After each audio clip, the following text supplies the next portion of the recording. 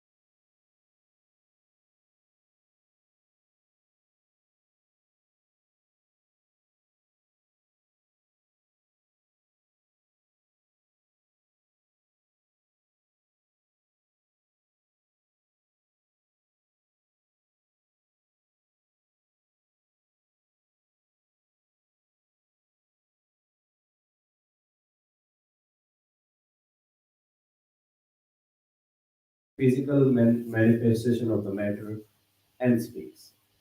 And the inner means, inner self-realization means how you are connected to that divine being which we call God, Lord, or anything. What exactly that means and how we know. So the thing is that the realization happened within you. And how does that even work? So suppose, for example, as we are sitting here, there's like how things are happening within us. There are so many things at the same point happening within us, and we know the outer world because of our oneness which is within you. So the meaning of the religion means how one should realize themselves. So in the Upanishads says that the Brahman, the ultimate truth or the reality which lies beyond the boundness of, you can say, good or evil, right or wrong. So beyond that, what lies there is the Brahman, the ultimate reality. So how do we know, like how one should go to that path? So there are two paths which is said to realize yourself or to know that Brahman or Atman. So it is said that one, when you emphasize or when you increase your aura of love, means where no judgment exists or no other person exists, just where you see each being, each creature, like as you see yourself. And then the other part is where you say no to everything. Means, like it is said that neti neti means like the way, whatever thought process, thoughts are coming to your mind, you say no, this is no, this is no. And there would be a point where you will reach to that ultimate truth, being yourself. Nothingness, it's only me. Those are the two paths which is said in the Vedas. Like either you increase your like love where no other thing exists except you, where you see yourself in each being and each creature everywhere else. And the other where you just say neti neti means not this, not this, not this. So those are the two paths which are said to reach that or to have that self-realization of yourself, where nothing exists, only He remains. That's called the Brahman or the meaning of how one should see the religion. It's not about the believing in any system. Most of our life, when we are little or when we are kid, it starts with the Dvaitavad or say the dualism. So where we see ourselves separate from the deities or oneness, we see ourselves as a human being or try to normalize ourselves as just a being which is over for some time on this planet and will be dissolved. But is it actually this is the true? Because as we see in our Shastras or our sages over the period of time, they said the Atman and the Brahman are the two are the same being. But how one exists? Because as just look for an example, as we do the puja or like do the so many deities and see them. So the dualism is also it's a pathway to one self-realization to that ultimate truth. And how that does that work? How we see when we talk about like all this is just an illusion, Maya.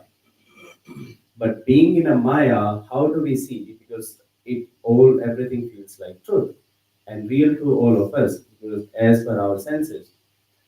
So, for example, like the sun is so far, as we see from here, like sun, we look at the sun is so tiny and small. But just for example, as we start our journey towards to the sun, as we would be like reaching near to it, it will be getting bigger and bigger. And each step of the progress, it will be different to us. But in exactly, is it really different all the time? But for a fact, we know it's the same sun, but we see in a different form. So the only thing towards that we the journey of our towards that Atman or to the Brahman or self realization is that the each step we take, even it's with the meditation, with your karma, with your pujas or anything, it's a step towards your yourself oneness. So that's what the religion mean. We can take the question. If anyone has a question, please. Question. So, I just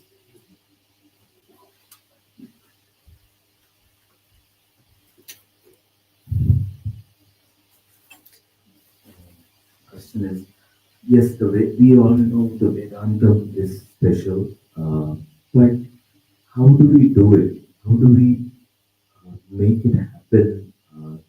So it is extremely difficult for a normal person to, in the beginning itself, to get onto Vedanta.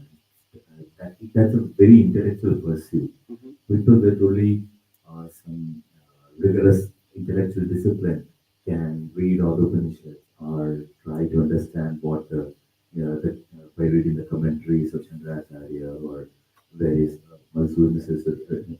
It is very difficult for a normal person. From a children perspective, especially, how do we actually get the children to at least experience the vast portion that is Dharma? So the thing is that, like, when we take our children to the temple or anywhere, when they have a desire to know about something, as in the different subjects as we have. So what happened is the basic principle or work like that in the past or even now also, we grow up like some basic things knowing about deity, spirituality, or like oneness, all these things. Like, okay, so as we start for an example, so in a same household, when there are 4 and 5 person are there, including children, elders, and the young people. So they have like different like attraction towards one particular deity, right?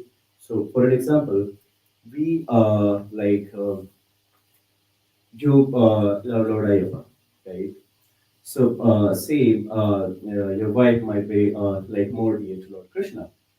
So in the same context, if we put things like that, so we must teach or like try to tell our children some basic things about that. Like means, for an example, you can take so our Sanatan Dharma in the Sanatan Dharma. So we practice on like do the prayers. We come to the temple. What exactly is the temple? We can explain to them. And after that, so once they start grow up, they have their own questions about the life, how they see. Each soul has their own opinions, or you can say the own desires to know about the reality. What's the truth? So that's where they seek a teacher or a person who is like already been on that path, right? Suppose, for example, if I'm so dear or like I love Lord Vishnu, so the people, those who has already seen that path, I will be sitting with them and try to have an question and answer, or try to like see what exactly my question is. So once I ask the question and heard from their experience, then I can work on that and have an like my own experience towards that. So the beauty of the Sanatan is that one is never bound to like particular thing. Even like the goal is the same for every being, right? Even if you are in the Dvaitvad, you are in Advaitvad, you are doing any deity's puja, the goal is what? To love your deity or to get the blessings or to seek the moksha or salvation. So all these paths, once you start with it, it's just the beginning. When we talk about like the different aspect of doing the puja or doing the meditation and anything, it's a beginning part, just a first step towards that ultimate reality, to oneness. So it's a really good when we don't force our children to make believe in anything. We must make sure they are always seeking the reason, or if there's a reason doesn't make sense, so they seek the knowledge or the truth, but which makes sense to them. That with that way, I believe that like that won't be hard, because see, the thing is that when it comes to the Upanishad, as he said, so it's not like one should completely try to understand anything, because let's suppose for an example, let's I am we work in a companies or anything, so there are so many aspects of the company to fulfill. One person would not know them, because if you are in technical field, definitely you won't be able to do some like financial thing, right? So each one is free to choose their own way in the Sanatana Dharma to get to that particular point. So for a kid that is starting out, who is still in the school, um, so basically it all begins at home by, but the parents should not be forcing them to live a certain way, but still some sort of acharanam or anushtanam is Yeah. also necessary. Yes, So it that is. Indeed, it practicing, is. It is. Of course, it is. Because see, the thing is that the child curiosity is about they learn what they see from the starting. Most of the time, is they learn what they see. Because when you are a child, you are just a blank. You can say the canvas, and the parents' action and the like how they are in the family or in the school or the society, what's going on around them. That's what make them like develop their character, their like qualities or anything. So instead of like when we force to the children, I would say like we must follow the path onto that one. That will make much more difference than forcing it. So,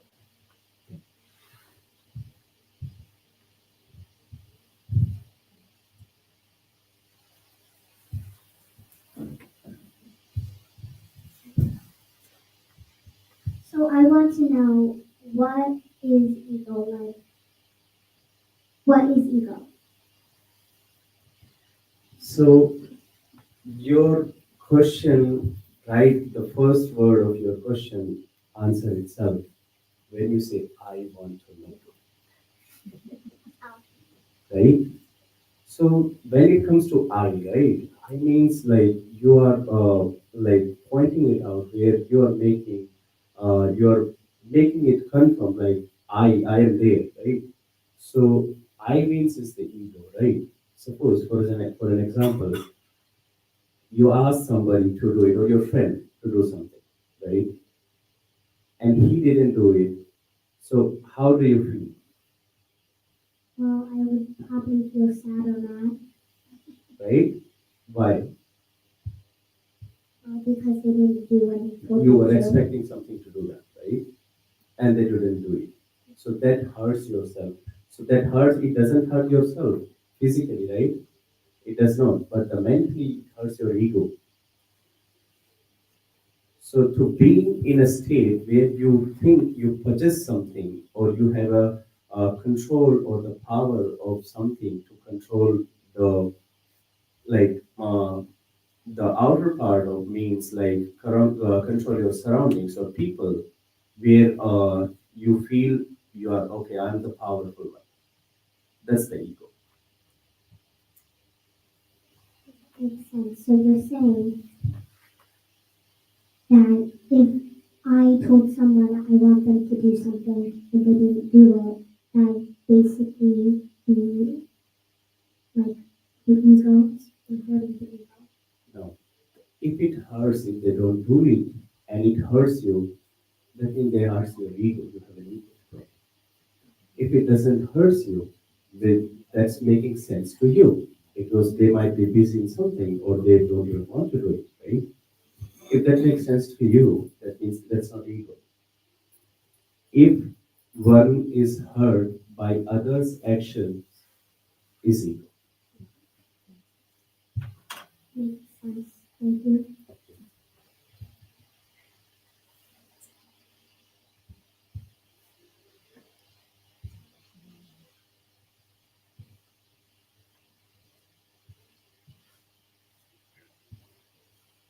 You're all enlightened.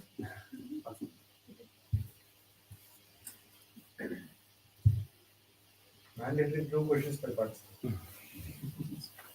They've already given a cheat sheet from the flyer, so I'm going to use that. Yes, yes, yes, no problem. So, do you absolutely need religion or bhakti to live a righteous life? So, let's say I'm living a righteous life, I'm trying to be a good human being, um, not telling lies, not stealing, living a simple, guided, proper life. Mhm. Does that person absolutely need religion or bhakti to do that? And if so, how? Why? So the thing is that let's take it like you said, do I really need a religion if I'm living a righteous life? What tells you this is the righteous life? That's the first important thing, right? Not hurting anyone else other than you and doing your own things with the honesty and that. So that what tells you? So that's what I said. Like religion doesn't mean as just simple textbook or anything. It means the self-realization. So when we realize something, like if like as we by our actions or we like we get hurt, right? So that's why we don't want to repeat those actions towards others, right? So these are the things which we learn from the religion. When we hear the word religion, like many of us has a like different idea when it this word gets here by like okay religion, oh you're just particularly believing in something, but it's the truth is not that exactly. It like as you said, like one can live without the religion. Why we don't even need to put the name, and that's why it wasn't never named dharma was always like to live your life according to the principle of the nature. So that exactly what it means was. But later on, as we because we are human, right? So what exactly are human beings? So the a soul which is bound by the rules of the nature. What is the Ishwar, the God, like as we say personal God or the deities, who controls the nature? Once this soul is free or like get the freedom from the boundness of the nature, you become yourself God. That's why it is always said you are the one with the God, or you are God yourself. So that's why it's not the question of without the religion or with the religion. It's just one needs to realize that anything they do, good or bad, it's not nothing to do with the name. It's what how they feel with themselves within themselves. And when it comes to the bhakti, so bhakti is like in our India. So bhakti means it doesn't mean like we make you fear. Okay, you do something, you do this, you will get punished like that. You will do this, you will punish. If you or you didn't do it, you will be punished like that. No, it's not that. Bhakti means without the fear, you loving your true nature in the as you see them in the form of deities and gods. That what exactly what we bhakti means, complete surrender towards oneness.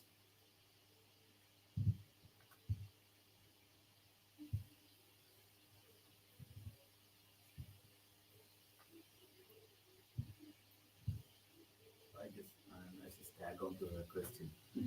Okay. Yeah. Just tag on to the question. Spirituality without religion. So that is a pretty big movement. Uh, so people just, so especially the kids in the 90s onwards, when they grew up, they start seeing all kinds of issues that comes with religion and just think, oh, I don't need this. Okay, so I just try to be spiritual. This also happens with Hinduism. We can see that, right? So I'll just do meditation. I'm not going in anyone's way. So is that movement, uh, would that, where would that lead that person? I mean, most often they get waylaid. What my experience is. So there is a tendency for, especially people who are born Hindus, or to go into that. So the evening is like where we lies on the like spirituality when one goes to the meditation or like doing the spiritual journey. They are like most of our youth is getting away from the religion, right? So the thing is that actually when it comes to the religion and spirituality, so in our society over the past period of time, like couple of thousand years, if you look back, the meaning like suppose for an example, just see that we are more like seeing towards the things which make sense to us in the present time. For an example, if I go to a doctor, like just take an example for the medical example. If I go to a doctor, like in allopathy, right? So they treat us and we get like quickly healed, right? And if I go to the Ayurvedic, it takes some time. But if you go to the homeopathy, it takes more time, right? But the see the reason behind it is like the ultimate reason to get healed, right? And we have a different path. But the in the last these like thousand years, last thousand years, which we lacked was we were not able to focus on certain things. That's why we were just like, suppose if you see in many households, like you said, children are leaving, that because the parents are not making sure what they are doing, they don't even know. They just believe and they stop questioning. They don't want to know when they, if you don't know yourself, how would you tell your children, right? So the thing is that, and why it is happen in last, because if you see, if as we read the like our text from the back in time, we know if each household person or each person in the house was very knowledgeable about everything.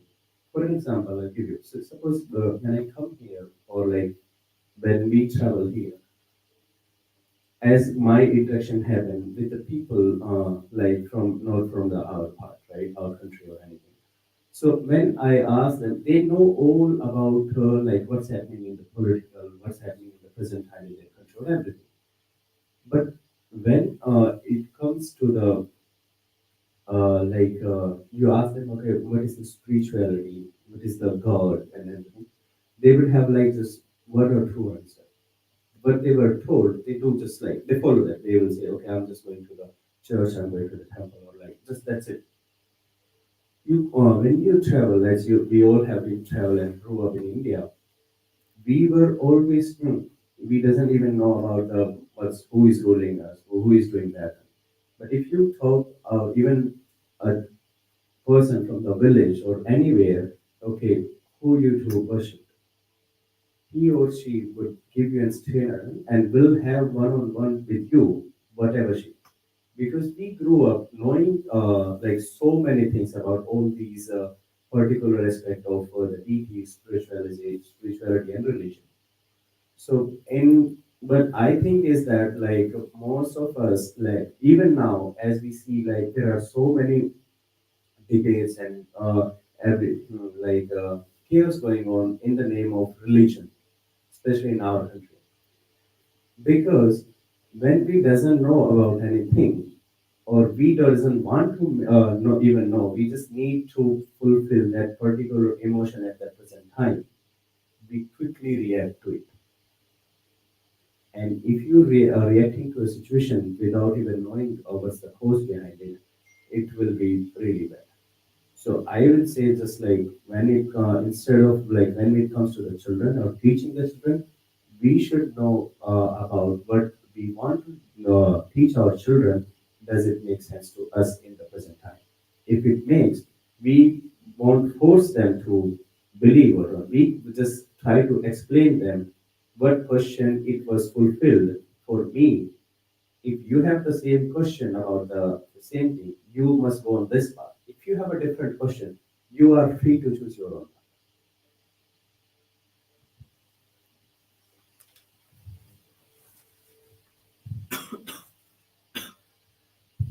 Manish, thank you. Pujari, couple of questions. Your opening statement was very captivating when you said two is to self-realize and one to love. And we call God Satchit Anand Swarupa. What they really, and you also said that the parents themselves do not know and they cannot teach the children, which I think is extremely valid. The problem we are facing as parents is that some of the things that are followed in the temple, we are not ourselves able to come to terms with. If God is complete all love, then Satyanarayana Puja, which we do, like you left the prasad and then even the katha, we are not able to, uh, since it's been going on for 1,000 years, so I am not going to say that there is no meaning to it. There is. What I am struggling is that even after all these years, I'm not able to comprehend the higher principle in it. Same thing when it comes to Abhishekam. Our children see lot of poverty all around us, and then we are pouring gallons and gallons of milk. I try to understand it, and we are not. I am not willing to say that these are not valid rituals because they have been happening for 1,000 years. Just because I do not know, I do not want to say it should not be done because many people have now started to say, like you were saying, spirituality was the sum of these ritual things. So I'm not willing to say it, but then again, I'm not able to comprehend. And so these are some of the things as parents, I guess we are struggling. So maybe in your future, like I know once you had also mentioned, why do we do these things? And more than the actual doing it, we are more interested in understanding. And then the third thing that I struggle within myself is the superstition. If I did not do this, or if I did not take the prasad, and if I did, I am trying to get away from it, but then our religion keeps on reinforcing it every time. So some of those things, if you could just comment, thank you. So let's start with the point like as we when we don't doesn't take like prasad or when we need to why do we need to like follow the certain ritual. So like as per my understanding is that like so back in time we did not have or like much supplies of everything, right? So and there is a one great thing in the Sanatana. Even one grain of annam should not go waste. My understanding is that, like, so once we make any prasad or in the name of prasad, people, so it wasn't like about you will be having something like get into a trouble if you don't take. My thing is that, as per my understanding, prasad or the annam which is made, like we, which like kind of you can say the main reason behind the life forms, right? Without that, their life won't be existing. Not just about particular any food that's called annapurna. So that doesn't go waste. That's why our ancestors or sages made those principles in terms of stories where things does not go waste. So in that terms, that's why, suppose for an example, if I say, like we have so many people here, and after the puja or any thing, there is so much of prasad, and I'm not willing to take it, it will go waste, right? So to prevent that, it was make sure none of these goes on the waste. So that's what my understanding is, and that's why we like divided into the stories where one will have to seek all those things. The next question, moving to next question, when we see the poverty around and all those things are in ourselves. So, like, why we should do the like special ritual and pour things onto the deities and all. For an example, why does like so? Suppose for an example, as we are here, when we come to the temple and do certain things, or do even at home, we we like let's take it from the basic. What exactly a human needs in terms of survival? They need food, right? And they need they need a shelter to be placed in and to stay there, right? But we have been evolved from that beyond that. Now we always want to be in a comfort zone. We want to be in a comforting life, right? Even so, when we go to the temple, like not here in India, right, where we see so many people, right? But when we see people asking for something in front of the temple, what we see, we don't see people. We see they are the opportunists. They are taking advantage of you. Most of us see that, like because they are always there. I'm not saying about those who are really in need of, but most of them are not. Those are just like it's a kind of become a profession. And one thing one always know, we don't teach that. Even in the Srimad Bhagavad Gita it says, you should give to only that person who deserves it. So that's why, and if people, those who are in special need, we cannot comment on them or anything that is separately. But the people, those who are really can work, instead of working, they are choosing those things. And we know because we live around them. We have seen so many cheating and all those so many things. That's why it was said. And when it comes to the ritual, to the certain things. So suppose for an example, we do the abhishekam on the shivling. So we pour different like kind of materials, juice and everything. So the thing is that when we recite the mantras or chanting going on or like so those activates that particular deities or stone or like the copper and the gold we use so many things in the alankarams and all because those are the good conductor of the power. So that's why to preserve, like suppose for an example, if I we leave it just like that, it might crack in 500 years, 1,000 years. But those are the property of those liquids keeps it in place and keeps it energized. That's was the reason. That's why we get the blessings from. That's why one should think like that. That's why I said like most of the things which we don't know, we cannot make sense to our children. So those that's my perspective to see these things. Like that's why we do all these things, and that's why it is said to ourselves. And one more thing, when we come to the temple, we are asked to do certain things and asked to do not to do certain things in the temple. So the temple was back in time was built by the kings and by the people, those who had a certain desires. Like I want to have a son. I'm not having. So I'm doing I will build a big temple where devotees can come and do the praise and all. But even if you take out the temple right away, it does not affect so much because in the Sanatan, temple means you doing the prayer. Each household will have temple, right? Your own temple. When we go to the place where we see the temple, that means we are looking for a more vibrant energy, which we are because energy flows where you will see. the good vibration where the all the time people are in peace and harmony. But some most of the time, or like sometimes, it's not the case in the household because we want to we have a different thought process with our surroundings, so we need a peace. Where do we get that? If I go to the market, I may not get the peace. So that's why it was like temples were created where one go and seek the balance within themselves. Could you also just comment on the Havan part of it? Spoke loudly. Yeah.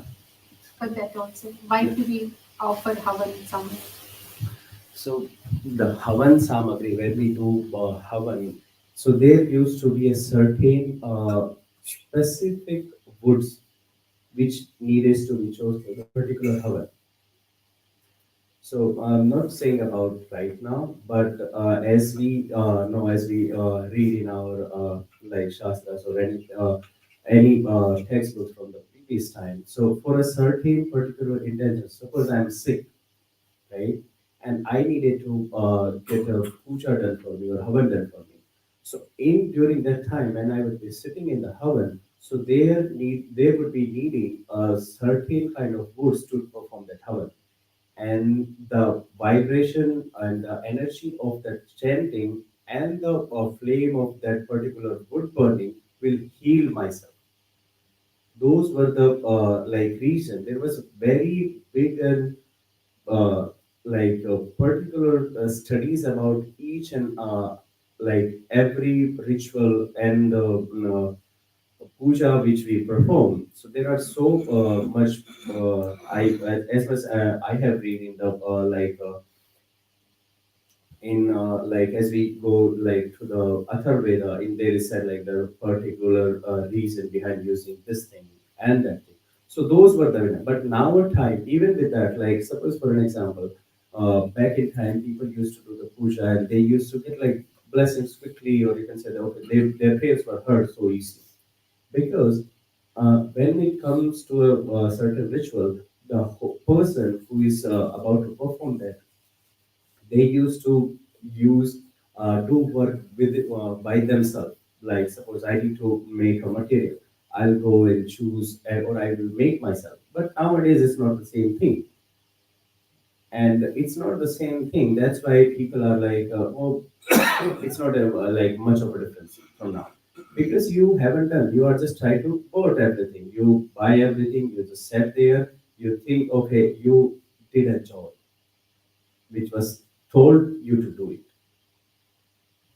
That's one of the biggest reason when people see, because doing the puja or doing the rituals or anything which you are doing for yourself, you are supposed to be completely devoted to that part during that time.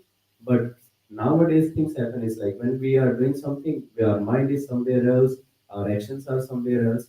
We are not even aligned within ourselves. How would we get? Because everything which we see and learn, that is like our mind.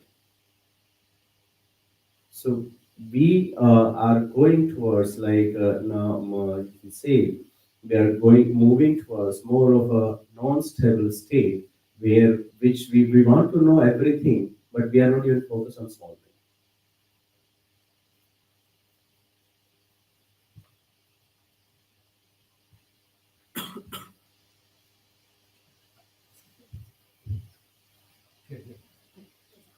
You are asking.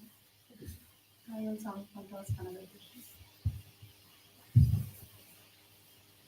We'll give the mic to you, Lakshmi. So, there's one question on the phone. Question on third eye. What is the third eye? And what is the linkage between third eye and the bottle that we all keep? And have you opened your third eye?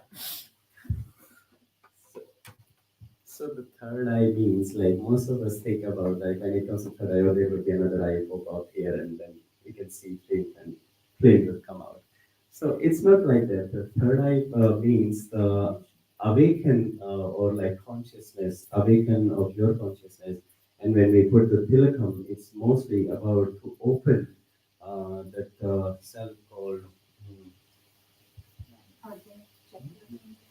Yeah, in the Agni Chakra, and then Jnana Chakra. So open that. It means like you to awaken your consciousness. So that means to in that part, like what exactly does it do, and how one know like okay you are on that path or open or not. So to make things like whenever we heard something or we do something, there are only two reasons behind it. Either it's like either it's more of a like when we do something, either we do it to get benefit out of it, or either we do it to make something either somebody will be getting hurt. Those are the two main things behind the actions. Like most of it, it pleases us, right? Suppose, for an example, a mother when she is like she's in the park and she see children are playing, she are soft towards that. Even they are playing with the other kids, and if they start fighting, she is ready to like defend herself, right? Even if she knows that both are the children, it doesn't matter. She's ready, and she would be like most of the cases, like, no, my son was right. I was right here, and he didn't do anything. Your son did it, right? So the awakeness or the third eye, which means like you are supposed to be in a neutral position where you don't make sides, good or bad, wrong or right, nothing, good or evil. It's nothing. Where you